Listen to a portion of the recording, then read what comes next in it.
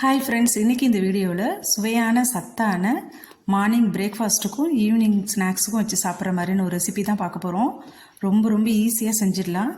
கை கால் வலி, முதுகு வலி, மூட்டு வலியிலேருந்து எல்லா வலியும் பறந்துடும். கொஞ்சம் கொஞ்சமாக இதை சாப்பிட எல்லா வலியும் சீக்கிரமாக பறந்துடும்.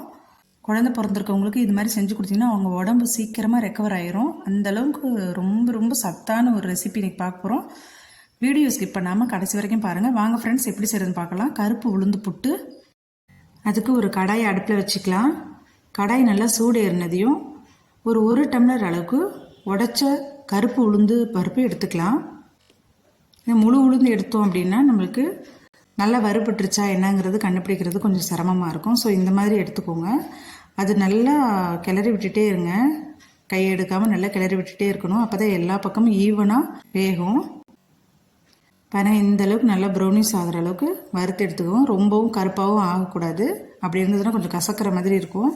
ஸோ இந்த அளவுக்கு வறுபட்டதுக்கப்புறமா இதை அப்படியே ஒரு வேறு பாத்திரத்துக்கு மாற்றிக்கலாம். எதில் நம்ம எடுத்தோமோ அதே டம்ளரில் ஒரு 1/4 பகுதி அளவுக்கு நம்ம அரிசி எடுத்துக்கலாம். நான் இன்றைக்கி சாப்பாட்டு அரிசி எடுத்திருக்கேன். பச்சரிசி இருந்ததுன்னா பச்சரிசி எடுத்துக்கலாம், இல்லை புழுங்கரிசி இருந்தால் புழுங்கரிசியும் எடுத்துக்கலாம். இதுவும் நல்லா இந்த மாதிரி பொரிஞ்சு வர அளவுக்கு நல்லா வறுத்து எடுத்துக்கலாம். இதையும் நம்ம வேறு பாத்திரத்துக்கு மாற்றி நல்லா அது ஆறட்டும். கொஞ்சம் அப்படியே வெயிட் பண்ணுவோம். நல்லா ஆறட்டும். பாருங்கள், ரொம்ப சுடுது. இப்போ நல்லா ஆறிடுச்சு. இதை அப்படியே ஒரு மிக்ஸி ஜாருக்கு மாற்றிக்கலாம். நல்லா நைஸாக அரைச்சிக்கணும். 1-2 அரைச்சோன்னா கொஞ்சம் கடுக்குன்னு இருக்க மாதிரி இருக்கும். நல்லா நைஸாக அரைச்சிக்கணும். இதில் ஒரு 4 ஏலக்காய் சேர்த்துக்கலாம். ஏலக்காய் சேர்க்குறப்ப நல்லா வாசனையாக இருக்கும். இதெல்லாம் பாருங்கள், இந்த அளவுக்கு அரைச்சி எடுத்துக்கோங்க. இதை அப்படியே ஒரு பாத்திரத்துக்கு மாற்றிக்கலாம். இதில் கொஞ்சமாக அப்படியே தண்ணி சேர்த்து பிசைஞ்சு விட்டுக்கோங்க. கொஞ்சம் வெதுவெதுப்பான தண்ணியாக சேர்த்துக்கிட்டிங்கன்னா நல்லாயிருக்கும். ஸோ ஒரே டைம்லேயே தண்ணி சேர்க்கக்கூடாது. சும்மா கொஞ்சமாக அப்பப்போ தண்ணி சேர்த்து நல்லா பிசைஞ்சுக்கணும். கொஞ்சம் மாவு வரன்னு இருந்தால் கூட நம்ம சாப்பிட்றதுக்கு அடைக்கிற மாதிரி இருக்கும். இதை சுவைக்காக கொஞ்சமாக ஒரு 1/4 ஸ்பூன் அளவுக்கு உப்பு சேர்த்து நல்லா கரைச்சி விட்டுக்கோங்க.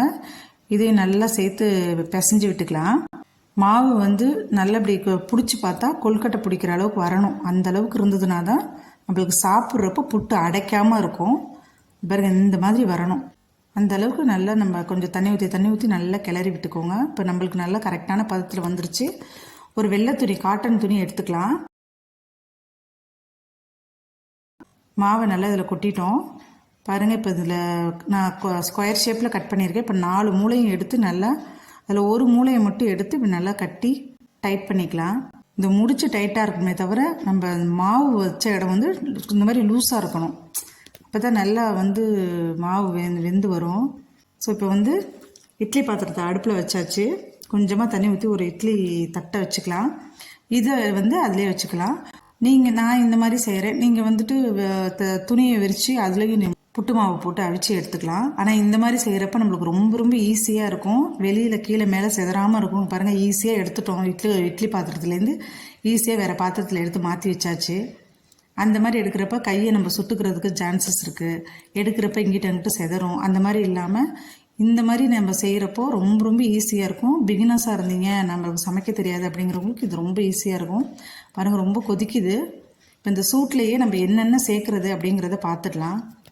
பாருங்கள், கொட்டிட்டோம். ரொம்ப ஈஸியாக வந்துருச்சு. வேலை நம்மளுக்கு ரொம்ப மிச்சமாக இருக்குது இந்த மாதிரி செய்கிறதுனால. இதில் ஒரு 2 ஸ்பூன் அளவுக்கு நெய் சேர்த்துக்கலாம்.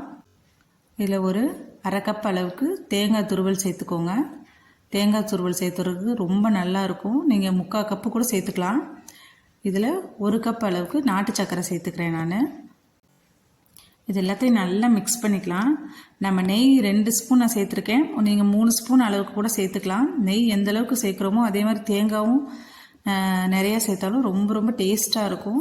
உடம்புக்கு ரொம்ப நல்லதுங்க. இந்த மாதிரி வீக்லி 2 செஞ்சு சாப்பிடுங்க.